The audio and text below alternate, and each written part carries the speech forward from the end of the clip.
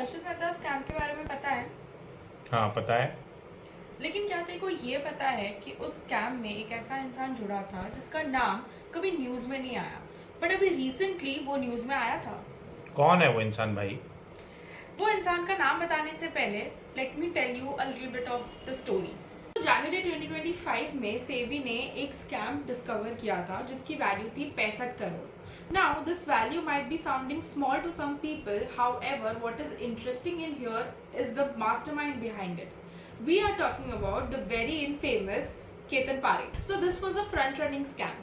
So basically क्या होता है, मान लीजिए कि आपके स्कूल में कल चॉकलेट्स की सेल लगने वाली है। अब जब सबको पता चलेगा कि सेल है तो सब दौड़ेंगे वो चॉकलेट लेने के लिए, तो वो चॉकलेट के भाव बढ़ जाएंगे। अब मान लीजिए आपको इस सेल के बारे में एक दिन पहले पता चल जाए और आप जाके सारी चॉकलेट्स खरीद ले और उसे सेल के दिन बेचे, तो आपको प्रॉफिट हो जाएगा। वैसे ही स्टॉक मार्केट में कुछ लोग ऐसा ही करते हैं।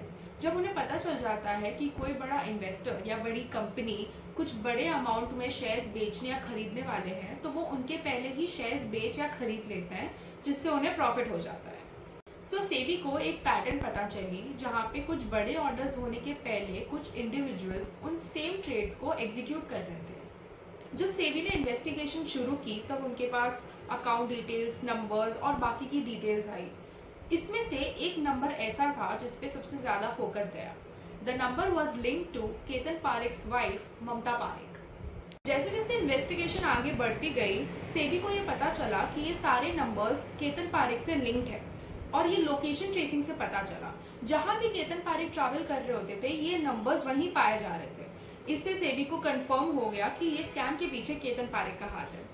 After last time scam, he was banned from the markets for 14 years and now again he has been banned until further notice. अब देखना ये है कि क्या केतन पारेख यहाँ रुक जाएंगे और he'll find another way of scamming SEBI.